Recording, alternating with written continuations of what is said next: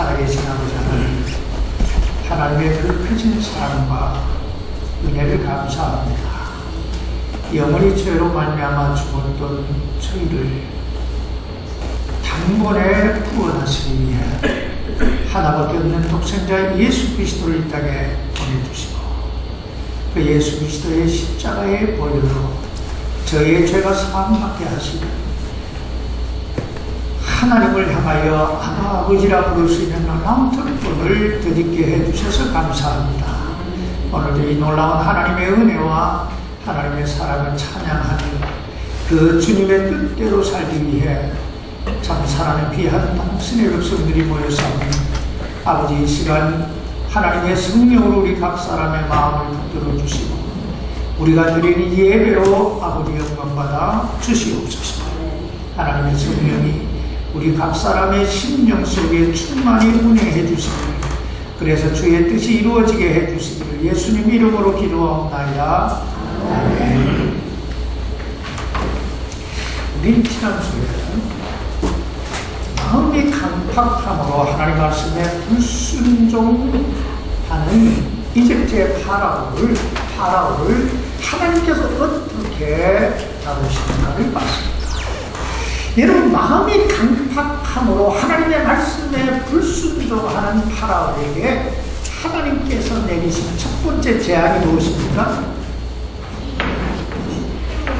이집트의 모든 물의 근원이 피로 변하는 제안이었습니다.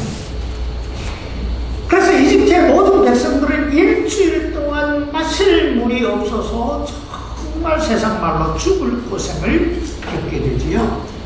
그러나 마음이 완악한 이 파라오는 그 엄청난 재앙 앞에서도 전혀 마음을 돌이키지 않습니다. 그래서 결국은 두 번째 재앙, 세 번째 재앙, 계속 재앙을 부르게 됩니다. 먼저 오늘 본문 여기 8장 1절로 6절까지 말씀을 여러분 다시 보십시오. 주께서 모세에게 이르시되 파라오에게 가서 그에게 말하기를 주가 이같이 말하노라 내 백성을 가게 하여 그들이 나를 섬기게 하라. 만일 그들이 가는 것을 내가 거부하면 내가 개구리로 내 온 지경을 치리라. 강이 개구리들 풍선이 내리니 그것들이 올라와 내 집과 내 침실과 내 침상 위와 내 신하들의 집과 내 백성과 내 하덕과 내 빵 반죽 그릇에 들어가며 개구리들이 너와 내 백성과 내 모든 신하들에게 올라오리라 하라. 또 주께서 모세에게 이르시되 아론에게 말하기를 내 막대기를 잡고 내 손을 시내와 강과 연못들 위로 내밀어서 개구리들이 이집트 땅에 올라오게 하라 할지니라 하시니라. 그래서 6절에 보면 아론이 이집트의 물들 위에 자기 손을 내밀며 개구리들이 올라와 이집트 땅을 덮으니, 이렇듯 파라오의 마음이 강팍함으로 하나님 말씀에 불순종한 결과 이집트 온 땅에 어떤 재앙이 내립니까? 개구리 재앙이 내립니다. 이것이 두 번째 재앙이에요. 근데 웃지 못할 사실은요, 이집트인들이, 그 당시 이집트인들이 나일강을 신으로 섬겼듯이 이 개구리 역시 저들이 신으로 섬겼다는 것입니다. 실제적으로 저들은 이 개구리를 헤크트라고 하는 이름으로 불렀는데, 이 신은 여인들의 출산을 돕는 신이라고 해서 아이를 낳을 때, 아들이나 딸을 낳고 싶을 때 여인들이 이 헤크트 신을 찾아가서, 옛날 우리 어른들이, 옛날 우리 조상들이 불공들이잖아요. 저도 사실 우리 어머니가 100일 정성 들여서 낳은 아들이 저예요. 사실이에요. 제 위로 누이가 셋이에요. 딸이 셋이잖아요. 그러니까 아들을 낳고 싶어서 우리 어머니가 불공을 100일을 들여서 낳은 자식이 나의 보통 자식이 아니에요. 귀한 자식이죠. 근데 보세요. 저들이 그토록 신으로 섬겨왔던 저들의 신이 지금 저들에게 축복을 주고 있습니까? 재앙을 주고 있습니까? 근데 신기한 건 그 당시 마술사들도 마귀의 힘을 빌어서 이 개구리들을 불러왔다는 거예요. 여기 7절 말씀 보세요. 마술사들도 자기들의 마술로 이와 같이 행하여 이집트 땅에 개구리들을 내었더라. 여러분, 이 얼마나 신기하고 놀랍습니까? 사실 하나님께서 개구리를 내어서 이집트 온 땅에 재앙을 내리셨다고 하는 이 사실은 전혀 놀랄 일도 아니고 신기할 일도 아니에요. 왜냐하면 전능하신 하나님에게 이런 일은 아주 이지하고 아주 아무것도 아닌 거예요. 그러나 마술사들이 이런 일을 했다? 참 신기하고 놀랍잖아요. 그런데 문제는 마술사들이 자기들의 마술로 이집트 땅에 개구리들을 불러오기는 했는데 몰아내지는 못했다는 거예요. 자, 한번 생각해 보세요. 하나님께서 재앙으로 내리신 개구리들만으로도 에집트 온 땅에 뭐예요? 개구리가 득실득실해서 난리가 났는데 거기다가 마술사들이 또 개구리를 불러왔으니까 에집트 땅에는 개구리로 인하여 난리에다가 하나 법석까지 난 거야. 난리 법석이라 나지 않았겠어요? 응? 그러다 그동안에는 하나님께서 그렇게 말씀하셨는데도 불구하고, 그리고 하나님께서 그렇게 기적을 보여서 재앙을 내리셨는데도 불구하고 나는 하나님 알지 못한다고, 나는 그래서 나는 하나님께 말씀에 순종할 수 없다고 그렇게 버티던 파라도 한 수 없이 모세와 아론을 불러놓고 하나님께 간구해서 제발 이 개구리들을 나와 내 백성들에게서 물러가게 해달라고 요청합니다. 8장 8절 말씀 보세요. 파라오가 모세와 아론을 불러 이르되 주께 간구하여 개구리들이 나와 내 백성에게서 떠나게 하라. 내가 백성을 가게 하리니 그들이 주께 희생물을 드릴 것이니라 하매. 자, 그러자 모세가 파라오에게 언제 이스라엘 백성들을 보낼 거냐 먼저 약속하라고 합니다. 9절 말씀 보세요. 모세가 파라오에게 이르되 나보다 먼저 영광을 취하소서. 여기서 나보다 먼저 영광을 취하소서라고 하는 말은 나보다 먼저 언제 보낼 건지 약속을 먼저 하라는 거예요. 자, 계속 보세요. 내가 왕과 왕의 신하들과 왕의 백성을 위해 어느 때에 간구하여 왕과 왕의 집에서 이 개구리들을 멸하고 그것들이 감매만 있게 하리까 하거늘. 언제 보낼 거냐? 그러면 그때 가서 내가 그렇게 하겠다. 이렇게 한 거예요. 그랬더니 10절입니다. 그가 이르되 내일이니라 하네. 언제 보내요? 내일. 그가 이르되 왕의 말씀대로 될지니 이로써 왕께서 주 우리 하나님과 같은 이가 없음을 알리이다. 이제 서서히 하나님을 알지 못한다고 하던 파라오가 누구를 알아가게 돼요? 하나님을 알아가기 시작합니다. 왜냐하면 개구리를 부르는 일은 이집트의 마술사들로 할 수 있는 일이었지만 그 개구리들을 멸하고 강에만 살게 할 수 있는 일은 오직 전능하신 하나님만이 하실 수 있는 일이라고 하는 사실을 파라오가 이제 서서히 깨닫기 시작하는 거예요. 여기 출애굽기 8장 11절부터 14절까지 말씀을 계속 보십시다.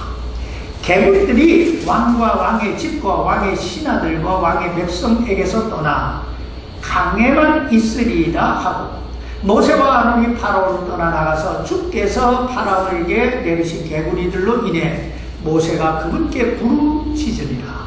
주께서 모세의 말대로 행하시며 개구리들이 집과 마을과 들에서 나와 죽으니 그들이 그것들을 함께 모아 무더기를 쌓으며 땅이 악취를 내었더라.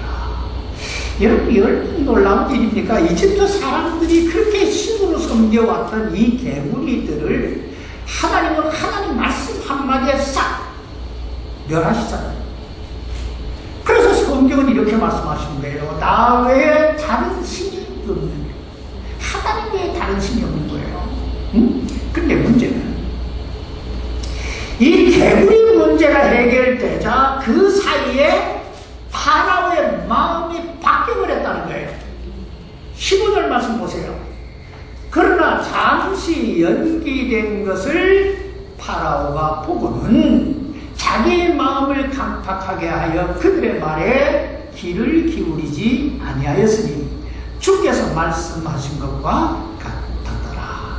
우린 여기서 인간의 마음이 얼마나 간사한 것인지 다시 한번 보게 됩니다. 사실 우리도 그럴 때가 얼마나 많아요. 일단 어려운 일을 당하게 되면 하나님 앞에 나와서 뭐라고 기도합니까? 하나님 이 문제만, 이 사업만, 이 병만 고쳐주시고 해결해 주시면 내가 평생 하나님의 영광을 위해 살겠다고 얼마나 약속을 철떡같이 합니까? 그러나 막상 하나님께서 도우셔서 그 문제가 해결되고 나면 사업이 번창하고 건강의 문제가 해결되고 나면 우리는 뭐라고 말합니까? 하나님 조금 있다가요. 지금은 바빠서요. 피곤해서요. 시간이 없어서 이 핑계 저 핑계 대면서 그 소원을 갚지 않습니다. 그러나 그럼 성경이 이렇게 말씀하고 있어요. 소원을 했다가 지키지 못할 바에야 소원하지 않는 게 좋고, 소원을 했으면 반드시 지켜라. 왜냐하면 우리 하나님은 만물의 여김을 받지 아니하시는 분이시기 때문입니다. 만물의 여김을 받지 않는다. 이 말이 뭐예요? 우리가 필요하면 하나님하고 막 찾다가 우리가 필요 없으면 그냥 버려도 되는, 잊어버려도 되는 그런 분이 아니라는 거예요. 여기 15절 하반절 말씀을 보세요. 주께서 말씀하신 것과 어떻게 해요? 같았더라. 이 말 무슨 뜻이에요? 한마디로 우리 하나님 파라오가 이렇게 마음을 헷갈아 바꿀 줄 하나님이 알고 계셨다는 뜻이에요. 여러분, 이게 얼마나 전지하시는 하나님이십니까?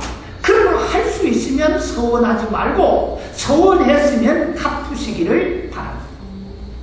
여기 하나님께 약속, 즉 소원했다가 그 약속을 지키지 않는 파라오에게 어떤 재앙이 또 임하게 되는가? 잘 보세요.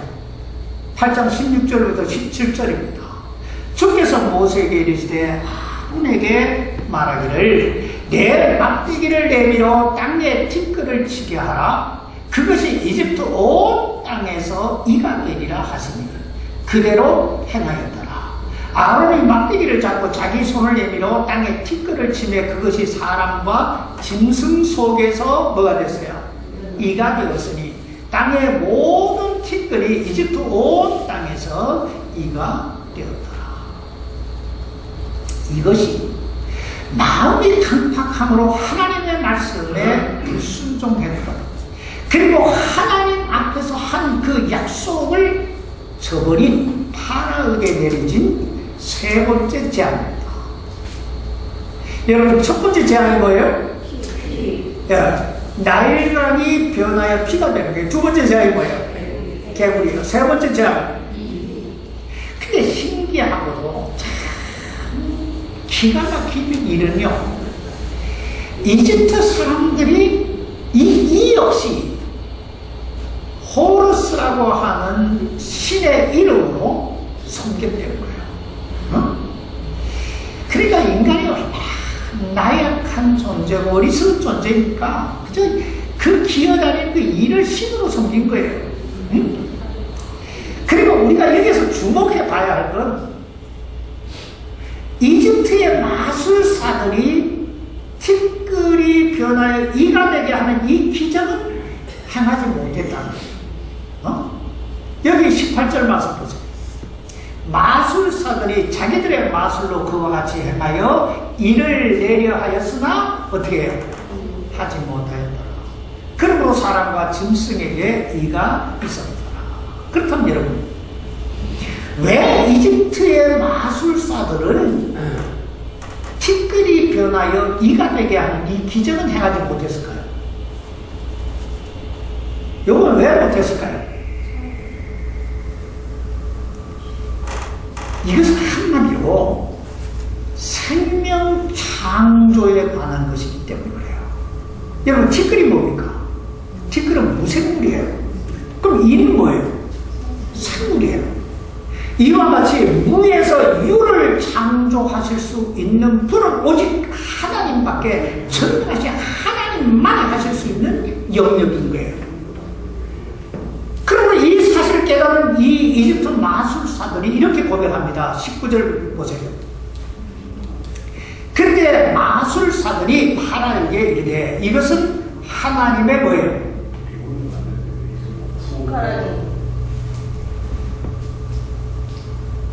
손가락이니이다. 즉 이것은 하나님만이 하실 수 있는 본능이라는 거예요. 그러나 그럼에도 불구하고 파라오는 그 사실을 깨닫지 못해요.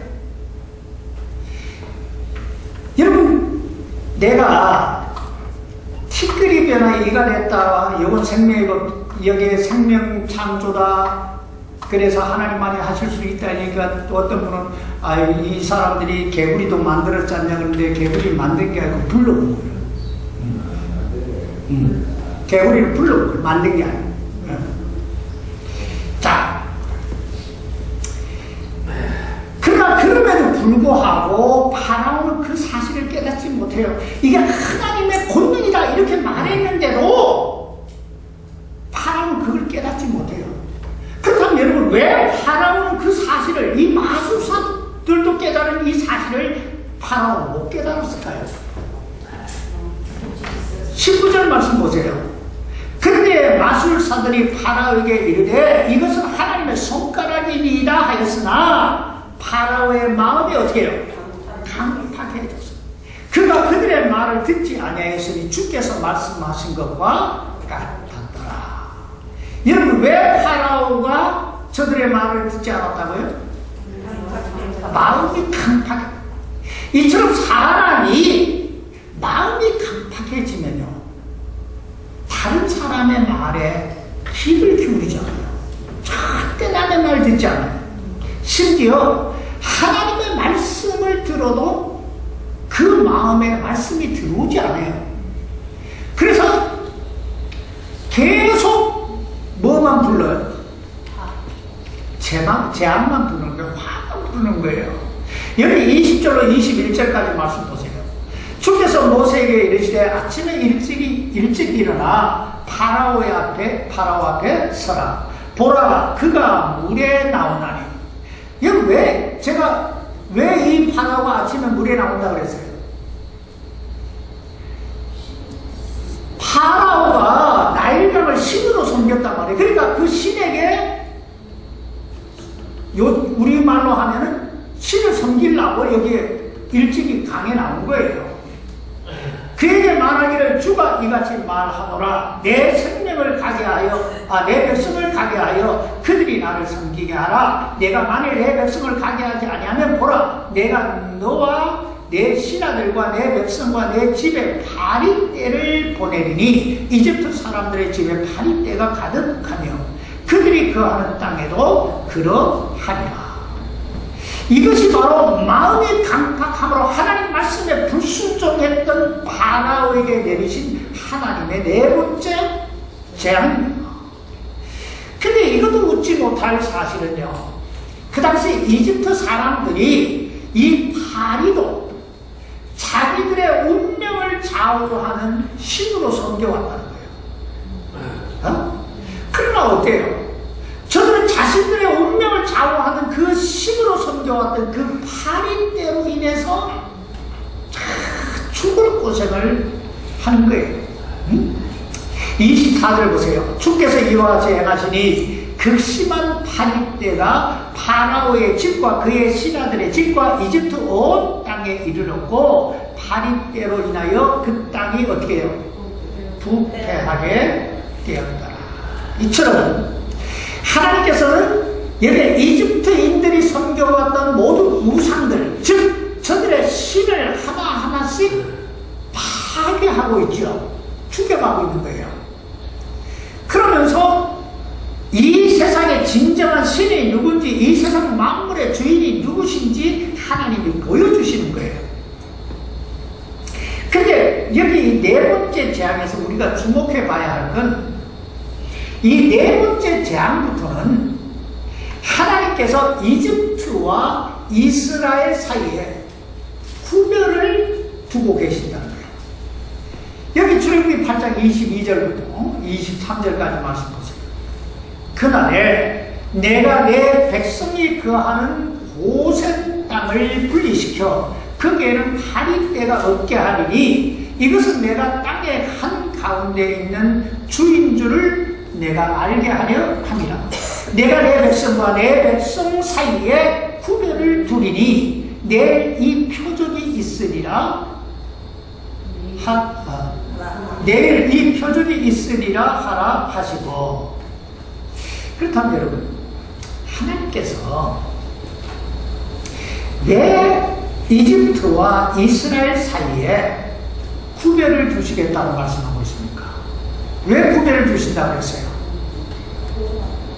여기 보면 두 가지 이유를 이야기하고 있는데, 첫째는 하나님이 누구신가를 보여주시기 위함이라고 말합니다. 주인 줄 내가 알게 하려 함이라. 그렇죠? 자, 무슨 뜻이냐면, 만약에 파리떼가 이집트인들이 거하는 곳이나 이스라엘 사람들이 거하는 곳이나 동일하게 확 몰려왔다면 마음이 완악한 파라오는 어떤 생각을 했을까요? 이 사건을 우연이라고 생각했을 거예요. 어떤 자연적 현상에 의해 일어난 어떤 사건이다, 이렇게 생각했을 거예요. 그러나 이집트 온 땅에는 파리떼가 막 특실거리는데 이스라엘 사람들이 사는 고센 땅에는 파리가 한 마리도 없다면 파라오는 서서히 그 마음의 생각이 바뀌었을 거예요. 하나님이라는 분이 과연 대단한 분이기는 대단한 분이시구나. 서서히 깨닫기 시작하지 않았겠어요? 이 사실을 깨닫게 하시기 위해서 하나님께서 이 구분을 두시겠다, 이렇게 말씀하고 있는 거예요. 두 번째는 내 백성과 내 백성 사이에 구별을 두시기 위해 그렇게 하셨다, 이렇게 말씀합니다. 내 백성, 하나님 백성과 마귀의 백성, 그들의 구분을 두시기 위해서 그렇게 하셨다는 거예요. 다시 말하면 하나님이 당신의 백성들을 얼마나 사랑하시는지 그 파라오에게 보여주시기 위해 그렇게 하셨다는 거예요. 어떤 사람들은 하나님을 믿는 사람이나 하나님을 믿지 않는 사람이나 이 세상을 살아가는 데는 별로 차이가 없다고 생각합니다. 여러분은 어떻게 생각하세요? 사실 가만히 한번 생각해 보면 별로 차이가 없는 것 같아요. 예수 믿는 사람이나 예수 안 믿는 사람이나 아픈 건 다 아프고 힘들 건 다 힘들고 고민해야 할 건 다 고민하고 염려할 건 다 염려하고 머리 셀 건 다 세고 빠질 것도 다 빠지고 주름도 다 똑같이 지고 그리고 죽기도 또 다 죽어요.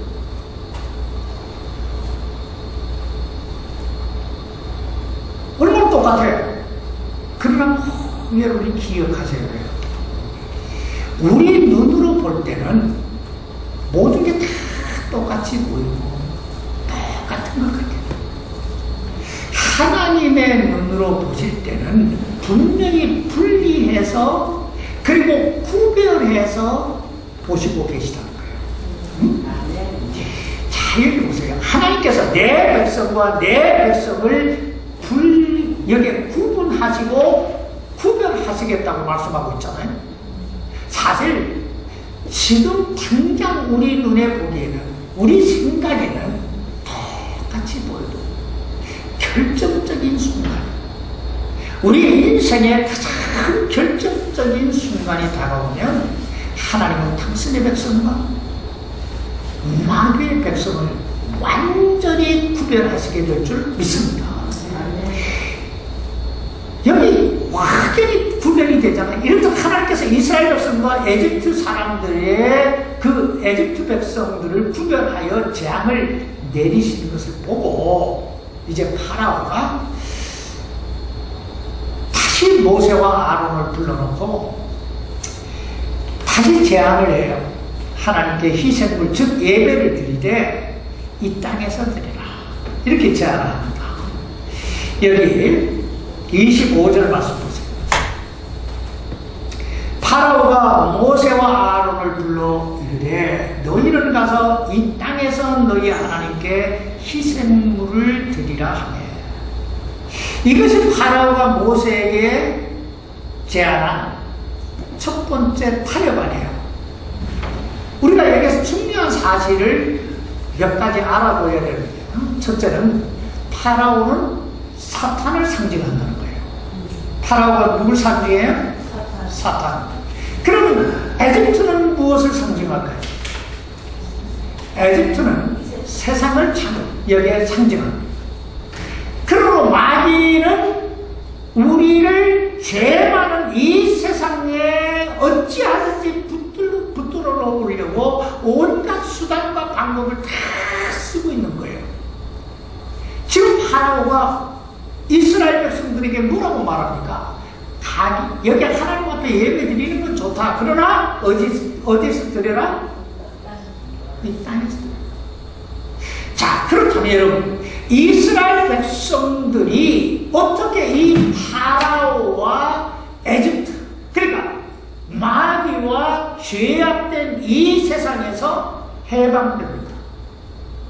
언제 자유함을 얻게 돼요? 유월절이죠. 유월절. 즉 어린 양을 잡아서 그 피를 문설주에 바름으로써 하나님께서 보내진 죽음의 사자가 그 문설주에 발린 어린 양의 피를 보고 그 집은 어떻게 해요? 넘어가죠. 패스오버 한다. 그래서 유월절이라고 하는 거예요. 유월절은 죽음의 사자가 그 집을 뛰어넘어갔다, 이런 뜻이에요. 그러나 그 문설주에 피가 발려지지 않은 에집트 사람들 집에는 들어가서 다 누굴 죽여요? 장자를 죽이죠. 장자를 죽인 거예요. 그래서 한 수 없이 파라오가 항복을 하고 여기 이스라엘 백성들을 에집트에서 내보내잖아요. 이게 6월절이에요. 그럼 이건 무엇을 상징하냐면, 이건 우리의 죄를 위해 칼바리 십자가에 못 박혀 죽으신 예수 그리스도의 십자가를 상징하는 거예요. 6월절은. 그리고 홍해바다는 무엇을 상징하냐면, 예수 그리스도를 믿음으로 구원받은 성도들이 받게 되는 침례를 상징하는 거예요. 여러분 침례 받으셨습니까? 이 침례가 바로 홍해바다를 상징하는 거예요. 그리고 광야 생활은 비록 우리가 예수 그리스도를 믿음으로 구원받기는 했지만은, 하나님의 자녀로 거듭나기는 했지만은, 아직도 육신에 얽매여 육신을 위해 살아가는 그 삶을 상징해요. 그래서 이 광야 생활을 훈련의 과정, 예수를 닮아가는 훈련의 과정이라고 이야기합니다. 그리고 요단강은 바로 이 육신적인 삶을 벗어버리고 우리의 옛 성품과 우리의 옛사람이 십자가에 못 박혀지는 순간을 상징합니다. 자, 그래서 이것을 사도 바울 갈라디아서 2장 20절에서 이렇게 얘기하죠.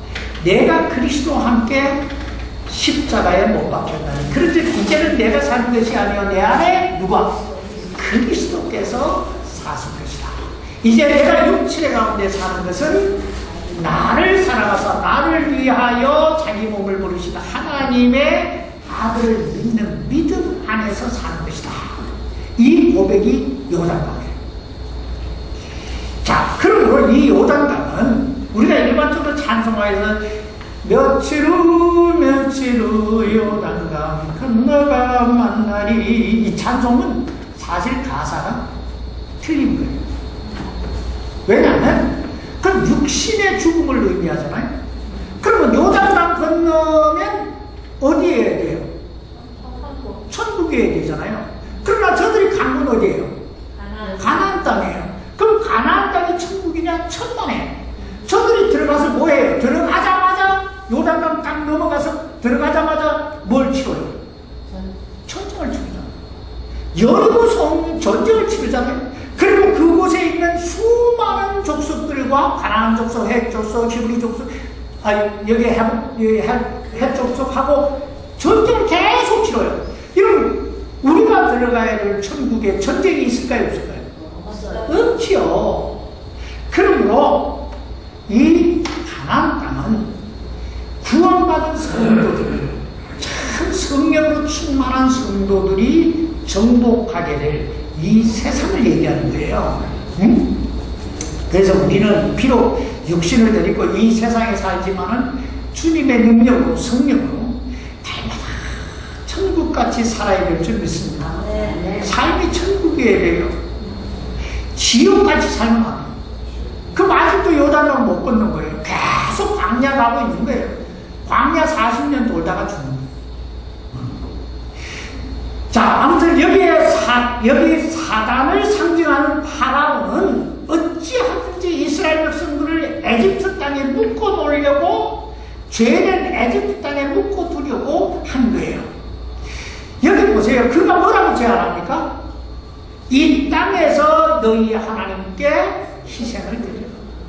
이 말을 현대식으로 좀 바꾸고 말하면 이런 뜻이에요. 뭐 유별나게 삶을 완전히 바꿔가면서 하나님 믿을 필요가 있느냐? 그저 적당히 일주일에 한 번 교회 가서 예배 드리면 되지. 뭐 피곤해 죽겠는데 수요일도 드려야 된다, 구역 예배도 드려야 된다, 무슨 성경 공부도 해야 된다, 뭘 그렇게 짜들하게 할 필요 있냐? 그냥 일주일에 한 번 가서 때워. 지금 이 파라오 그렇게 말합니다. 만약 여러분 속에 그런 생각이 있다면 지금 마귀의 속삭임에 여러분 자신이 사로잡혀 있는 거예요.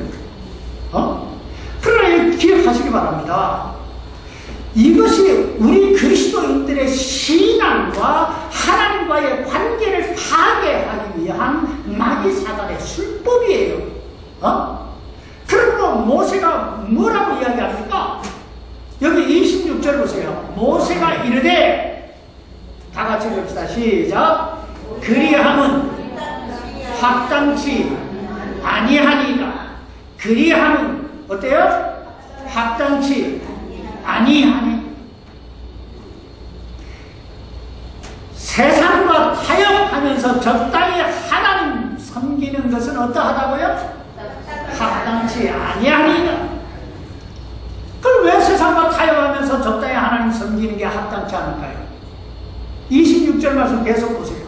모세가 이르되 그리하면 합당치 아니하니라. 우리는 이집트 사람들이 가증히 여기는 것을 주 우리 하나님께 희생물로 드릴 터인즉 보소서. 우리가 이집트 사람들의 눈앞에서 그들이 가증히 여기는 것을 희생물로 드리면 그들이 우리를 돌로 치지 아니하리까. 이 말씀이 이런 뜻이에요. 여러분, 이스라엘 백성들이 하나님께 희생물을 드릴 때 뭘 잡아서 드립니까? 소나 양을 잡아 드리잖아요. 번제물로 드리잖아요. 자, 그런데 그 당시 이집트 사람들은 소를 신으로 섬겼어요. 그래서 고대 문헌에 보면 에집트 사람들이 소를 위해서 신전까지 세워놔요.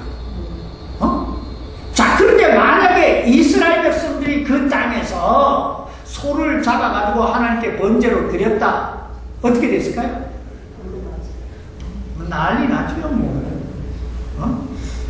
이거는 난리 법석 그 이상이 나는 거예요. 살인이 일어나죠. 왜 어떻게 가만히 있겠어요? 자기 신을 갖다가, 합당치 않다는 거예요. 응? 이래도 우리가 적당히 하나님을 믿으면 세상 사람들은 그저 그래 좋아 하는 것 같아도 다 뒤로 돌아가갖고는 뭐 하는 줄 아세요? 수군거려요. 적어도 뭐 교회 다닌다 저러면서 저놈이 예수 믿는데요. 이렇게 우리를 돌로 치고 있는 거예요. 적당히 믿으면. 응? 그러므로 모세는 단호하게 합당치 않다고 말하면서 사흘 길쯤 강야로 가서 하나님께 희생을 드리겠다고 말합니다. 27절입니다. 우리가 사흘 길쯤 강야로 들어가 주 우리 하나님께 희생물을 드리되 그분께서 우리에게 명하시는 대로 행하려 하나이다. 당신 말 듣는 게 아니고 우리 하나님 말씀 듣겠습니다. 이 말이에요. 그러자 파라오가 두 번째 타협안을 제시합니다. 28절입니다. 파라오에게 내가 너희를 가게 하리니 너희가 광야에서 주 너희 하나님께 희생물을 드리려니와 너무 멀리 가지 말라 나를 위하여 간구하라 하네. 참 뭐 파라오가 아주 믿음이 있는 것 같이 보여요. 그죠? 나를 위해서 기도해달라고 이렇게 말하면서 은근슬쩍 어떻게 하라고요? 너무 멀리 가지 말라. 한마디로 하나님 믿더라도 너무 깊게 빠지지 말라는 거예요. 이처럼 마귀 사탄은 끊임없이 우리 옷자락을 잡고 늘어집니다. 처음엔 예수 믿지 말라고 했다가 그것이 안 되면 적당히 믿으라고 했다가 그것도 안 되면 너무 멀리 가지 마라. 거기에 빠지지 말라 하고 우리의 옷을 잡고 늘어지는 거예요.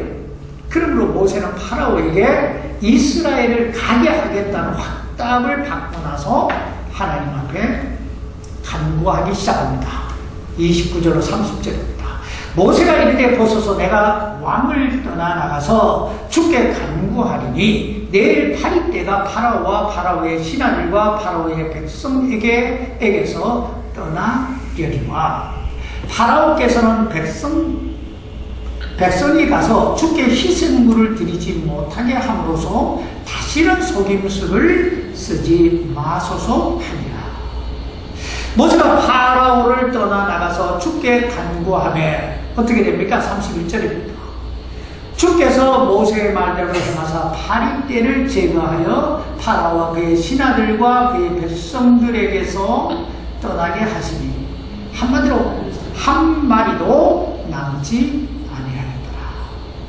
여러분 얼마나 신기하고 놀라운 하나님의 능력입니까? 이쯤 되면 아무리 마음이 완악한 파라오라 할지라도 이제 마음이 돌이킬 때쯤 돼 보이지 않아요? 근데 이번에는 또 마음이 강팍함으로 하나님 말씀에 또 불순종해요. 32절 보세요. 다 같이 읽읍시다. 시작. 파라오가 이때에도 자기 마음을 강팍하게 하여 백성을 가게 하지 아니하였다.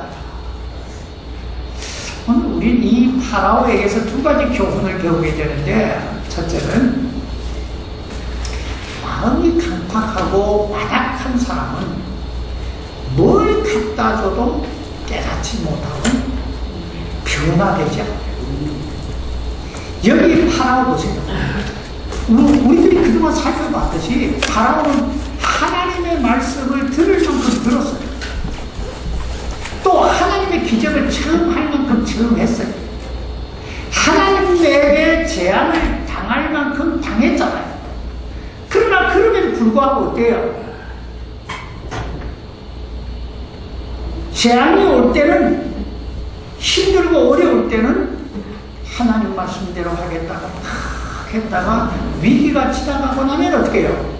금방 내가 언제 그랬느냐 식으로 마음을 바꾸고요.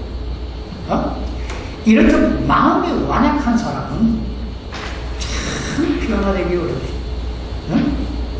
그리고 끊임없이 성경이 뭐를 이야기합니까? 무릎 지킬 만한 것보다 내 마음을 지키라고 이야기합니다. 마음을 지키라. 마음의 변화가 일어난다 이거예요. 악한 마음, 완악한 마음, 이런 걸 가지고 있으면 사람이 좀처럼 변하지 않아요. 응? 그리고 우리 마음의 변화를 일으켜요. 두 번째 교훈은 마음이 강팍하고 완악한 사람은 결국 재앙만 부르게 된다는 거예요. 한마디로 되는 일이 없다 이 말이에요. 여러분, 하나님께서 파라오의 이 완악하고 강팍한 마음을 깨뜨리시기 위해서 에집트에 내리신 재앙이 몇 개입니까? 10가지예요. 근데 가만히 한번 생각해봐요. 꼭 10가지를 다 받아야 될 필요가 있었을까요?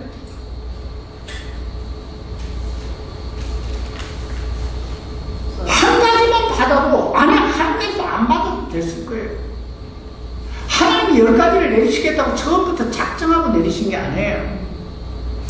파라오가 마음이 완악하고 강팍해서 계속 하나님 말씀에 불순종하다 보니까 10번째까지 온 거예요. 그리고 견디다 못해가지고 그가 항복한 것 뿐이지 10번째도 그가 완전히 변화된 게 아니에요.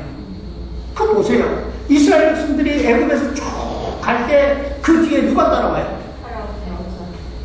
여기 에집트 군사들이 쫓아오잖아요. 누구 명령 받았겠어요? 파라오가 보낸 거예요. 근데 만약에 파라오가 첫 번째 재앙이 내렸을 때만 해도 하나님하고 고개 팍 숙이고 하나님 말씀에 순종했다고 어떻게 해요? 재앙은 더 이상 에집트에 내리지 않았을 거예요. 난 그렇게 믿어요. 그러므로 오늘의 결론을 이거예요. 하나님 말씀이 들려올 때 순종하자는 거예요.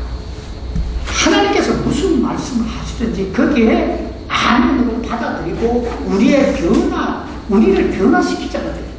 그러면 우리는 경험하게 될 거예요. 하나님께서 얼마나 당신의 백성들을 구분하시고 구별하시고 사랑하시는지. 아무리 이 세상에 재앙이 몰려오고 아무리 이 세상이 안 된다 해도 하나님이 붙드시는 사람은 잘 되게 될 줄 믿습니다. 하나님께서 우리 모두를 당신의 능력의 손안에 살아계 손안에 붙들어 주시기를 주님의 이름으로 축원합니다. 기도합시다.